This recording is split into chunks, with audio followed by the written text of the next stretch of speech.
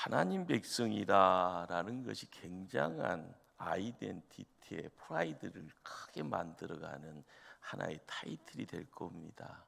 나는 하나님 백성이다. 그런데 노예가 되어서 종살이하며 고난 받을 수 있을까? 사내 아이가 태어나자마자 나일강에 던져 죽이는 전대무민의 환난이 왜 하나님 백성들에게 일어날 수 있었을까? 이런 고난, 이런 환난이 이 시대에 믿는 우리에게 발생되면 우리는 어떻게 또한 대처할 수 있을까? 성경은 이런 막다른 골목에서도 하나님의 역사를 보게 합니다. 하나님은 새로운 역사를 진행하시고자 하나님은 새로운 믿음의 일꾼을 또한 준비하십니다. 그래서 모세의 출생 비사의 갈대 상자를 통한 기적을 보게 합니다. 그러나 한 일꾼이 하나님 사람으로서의 준비치 못함을 통하여서 때가 아니다 생각되면 환경을 삽시간에 바꿔버립니다. 왕궁에서 왕자의 신분이었습니다. 그러나 확 밀어버리니 죽음의 땅 사막에서 양과 함께하는 목동 인생으로 추락합니다.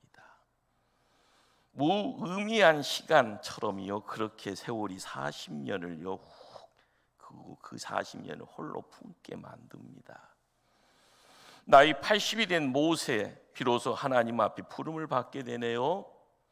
떨기 나무 불꽃 가운데 하나님이 나이 80인 볼품없는 노인 모세를 부릅니다. 하나님 때가 하나님 시간이 되었다고 합니다. 이제 내가 너를 보내리라 말씀합니다. 애굽 땅에서 젖과 꿀이 흐르는 가나안 땅으로 이스라엘 민족과 함께 거룩한 전진을 명령받습니다. 이처럼 거룩한 영적인 거룩의 행보를 할 때마다 하나님은요, 시작 전에 항상 점검하는 것이 있습니다. 첫째, 나는 누구인가? 하나님의 일꾼인가라는 질문입니다. 두 번째는요, 거룩한 사명을 명하신 그 하나님은 도대체 어떤 분이신가? 셋째는 거룩한 사명을 감당할 때마다 방해꾼으로 등장하는 누군가가 있는데 그 방해꾼은 누군지를 정확히 알고 가는가? 이런 모든 것을 알아야만이 승리하는 삶을 살게 된다라는 겁니다. 하나님이 모세를 찾아와 말씀하십니다. 오늘 읽지 못한 9절 10절 말씀입니다. 제가 받들어 봉독합니다. 이제 가라. 이스라엘 자손의 부르짖음이 내게 달하고 애굽 사람이 그들을 괴롭히는 학대도 내가 보았나니 이제 내가 너를 바로에게 보내어 너에게 내 백성 이스라엘 자손을 애굽에서 인도하여 내게 하리라. 모세가 하나님께 대답합니다. 내가 누구이기에 바로에게 가며 이스라엘 자손을 애굽에서 인도하여 내리까? 모세의 입술을 통해서 내가 누구이기에 라는 소리를 발하게 하며 우리는 그걸 듣고 있습니다. 나이 80입니다. 잘 나갈 때는요, 모세는 왕궁에서 왕자의 신분이고 때 잘 만났으면 바로가 되었을 겁니다. 그러나 곤두박질 추락하여 광야에 80년 세월을 보냈습니다. 지금 깊은 자아상의 혼란을 겪고 있습니다. 이것이 새 역사를 이루기를 위해서 부르시는 하나님 앞에 서 있는 모세의 첫 번째 위기입니다. 그리고 모세 본인에게는 점검 사항이 됩니다. 이렇게 새 역사를 시작하고자 할 때 무엇보다 필요한 것이 뭘까요? 건강한 어떤 체력, 그러나 그것보다 더 좋은 심각한 것은요, 자아상입니다. 내가 무너지면 나와 관계된 모든 것이 한순간에 무너집니다. 40년 전 모세가 애굽의 왕궁 뜰을 거닐고 있을 때 하나님이 찾아왔다면요, 어땠을까요? 기고만장할 때가 다 할 수 있습니다. 신약의 사도행전 7장에 모세 이야기가 나옵니다. 그 이야기가 어떤 내용일까요? 모세는 노예 관리인이었던 애굽 사람을요, 무슨 이유인지는 몰라도 죽입니다. 그리고 마음속에는 내가 이스라엘의 사람을 도와줬다라고 생각합니다. 그리고 내심 하나님이 자기를 격려해 주리라 기대합니다. 모든 이스라엘 백성이 그를 영웅으로 민족의 지도자로 추앙하리라 기대합니다. 그런데 하나님은 모세를 칭찬해 주지 않습니다. 이스라엘 백성들도 모세를 영웅으로 인정해 주지 않습니다. 오히려 왕궁에서 혼자 잘 먹고 잘 살던 네가 뭔데 우리의 지도자가 되려 하느냐 하면서요, 덤벼 들었습니다. 모세는 결국 정치적인 이유로 살인자가 되어지고요, 그래서 도망자로 발걸음을 옮겨갑니다. 모세의 교만이 거기 있었고요, 모세의 우월감이요, 여지없이 박살이 났습니다. 결과적으로 하나님은 교만한 사람을 사용하지 않습니다. 우월감, 자아도취에 빠진 사람 사용할 수 없습니다. 왜요? 교만한 사람은요, 하나님을 의지하지 않기 때문입니다.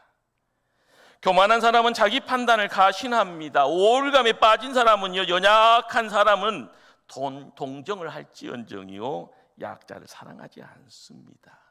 자기 사랑, 자기에 넘치는 자아상은요, 하나님이 사용할 수가 없다는 겁니다. 교만한 자아상, 우월감, 이러한 사람이 하나님의 새 역사를 감당할 수 없습니다. 단지 이웃에게 상처를 줄 뿐입니다.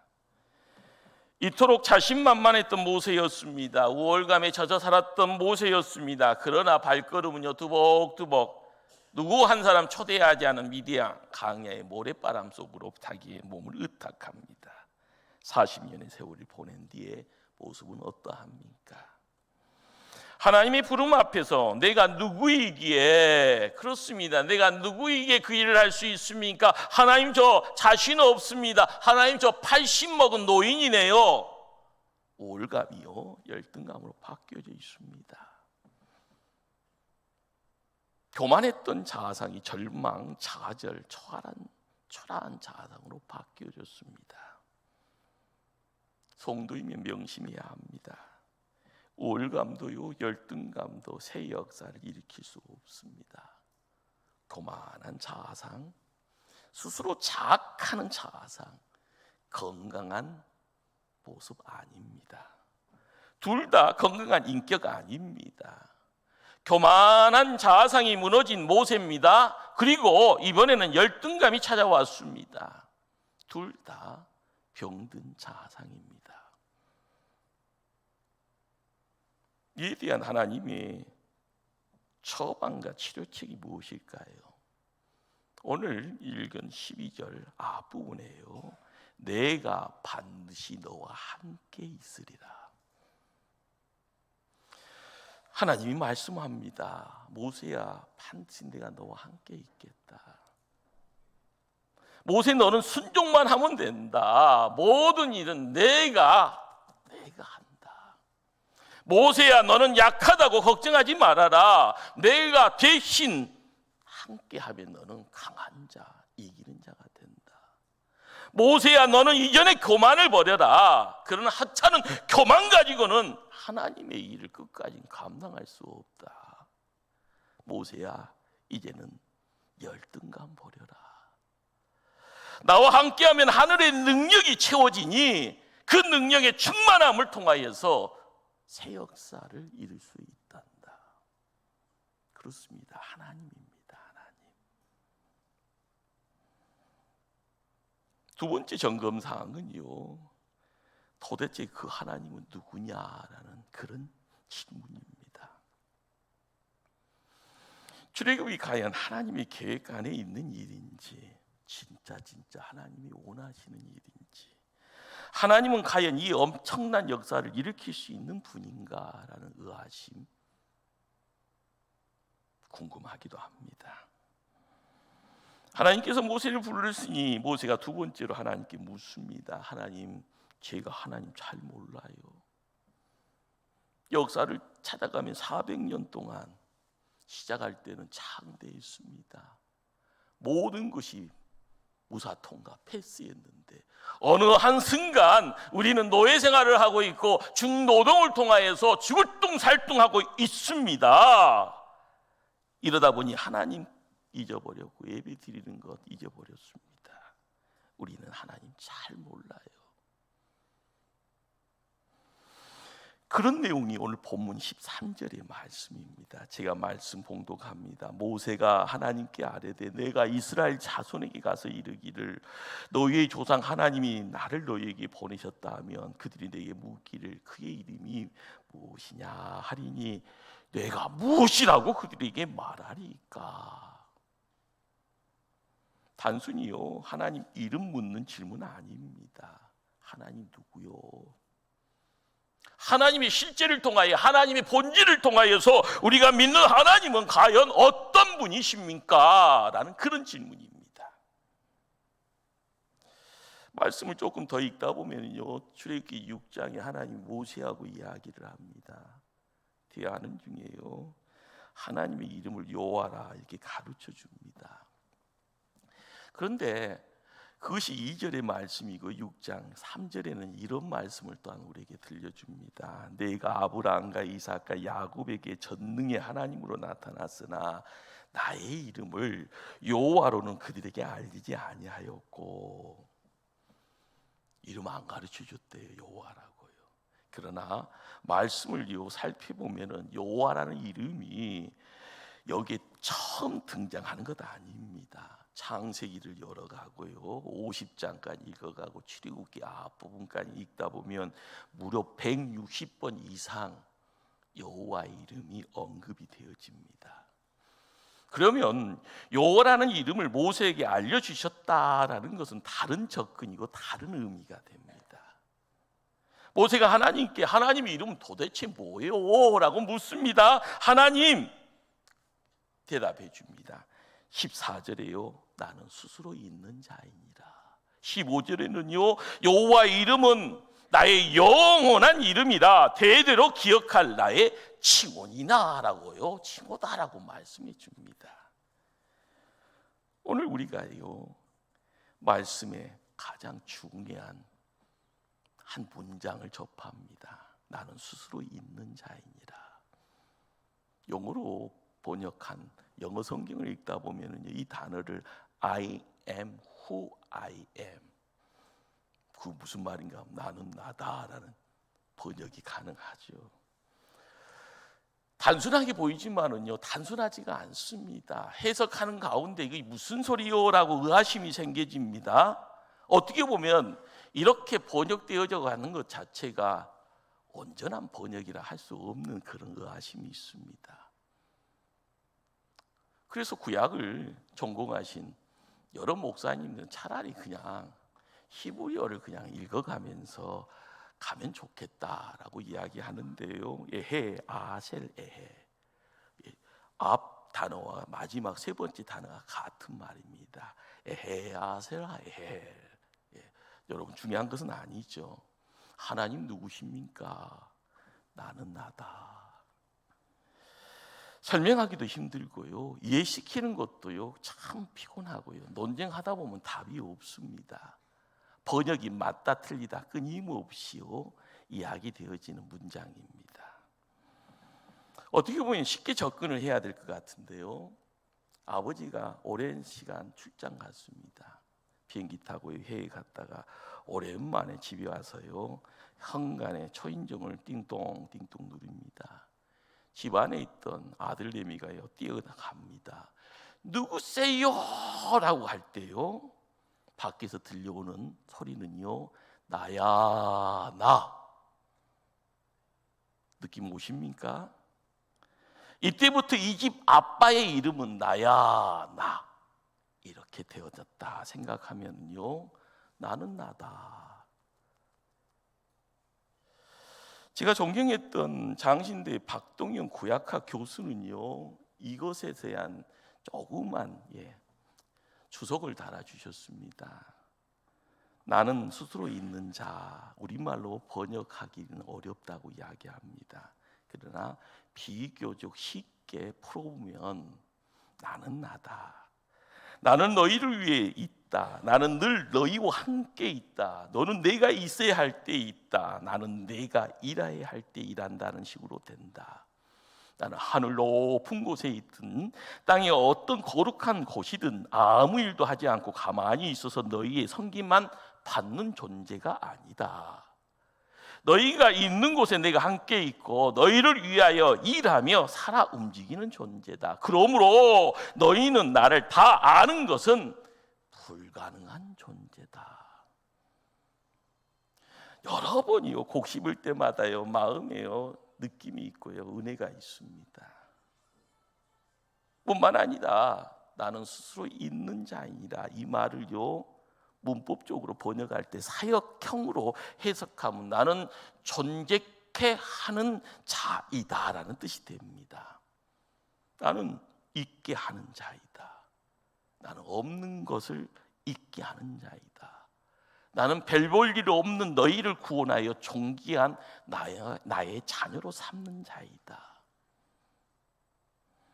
에헤 아셀 에헤. 나는 스스로 있는 자다. 다일 공동체를 이끌었던 최일도 목사님, 저희 선배가 된 분인데요.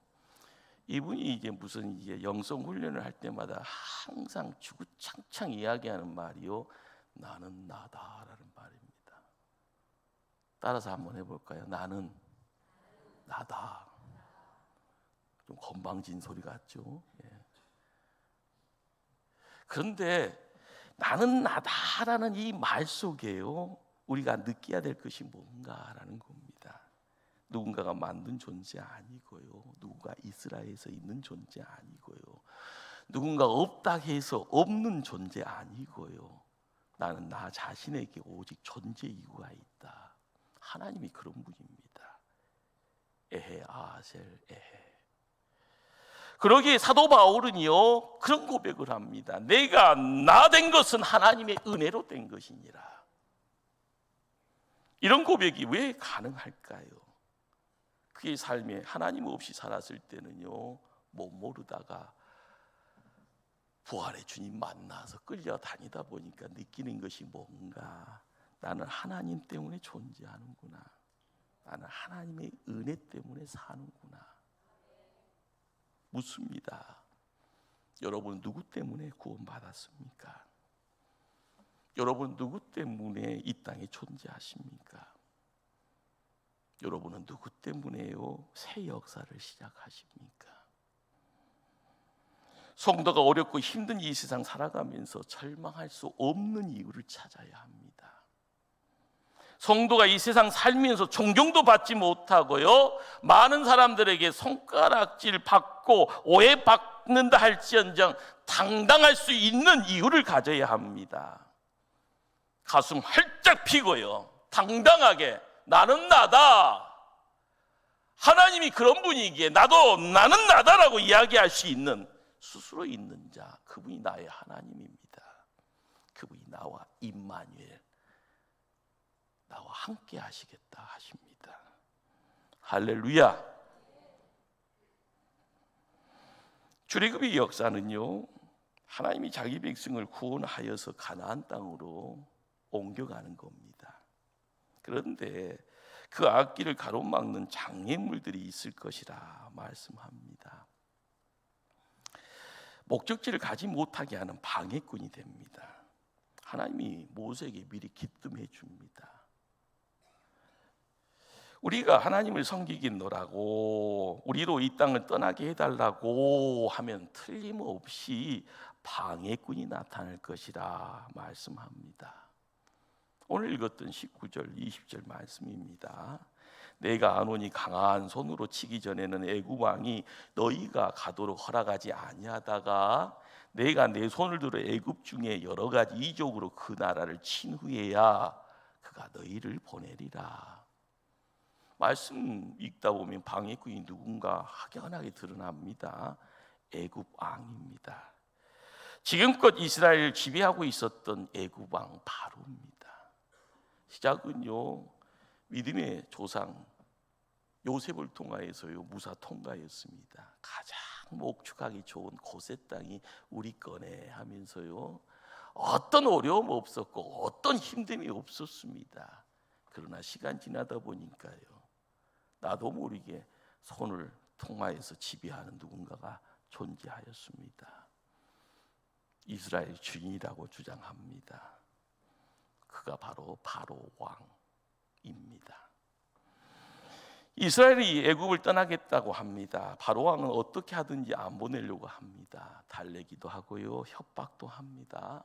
약속했다고 어기기도 합니다. 아무튼 안 보내려고요 온갖 몸부림칩니다. 꼭 기억하십시다. 우리가 믿음 생활이라는 것이요 어떻습니까?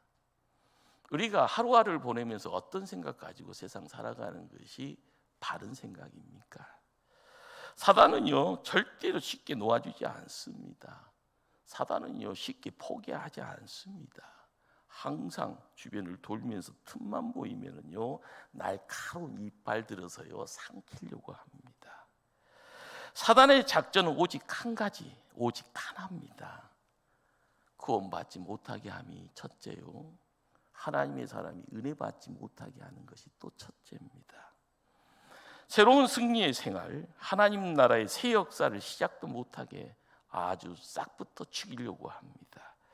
우리가 지금처럼 별 볼 일 없이 초라하게 살아가는 것, 그걸 보고 사단은요 좋아하고요 그걸 원합니다. 우리가 새 역사를 시작하면은요 시작은 창대할 수 있습니다. 사단은 얻어 터지고 깨지고 피투성이가 되어져요 모든 걸 포기하는 것처럼 승리는 내 것이다. 그러나 사단은 포기하지 않습니다. 그렇지만 하나님은 말씀합니다. 염려하지 말라고요. 강권적으로 간섭하고 개입해서 끝까지 우리를 도울 것이라고 약속해 주십니다. 그러기에 하나님의 계획은 실패하지 않습니다. 우리가 알아야 될 것은 방해꾼의 방해가 심하면 심할수록요 우리가 기도할 때마다 영안이 확 열릴 때마다 살아계신 하나님의 그 손길은 우리를 더 강력하게 간섭하십니다. 능력으로요 인쳐주십니다.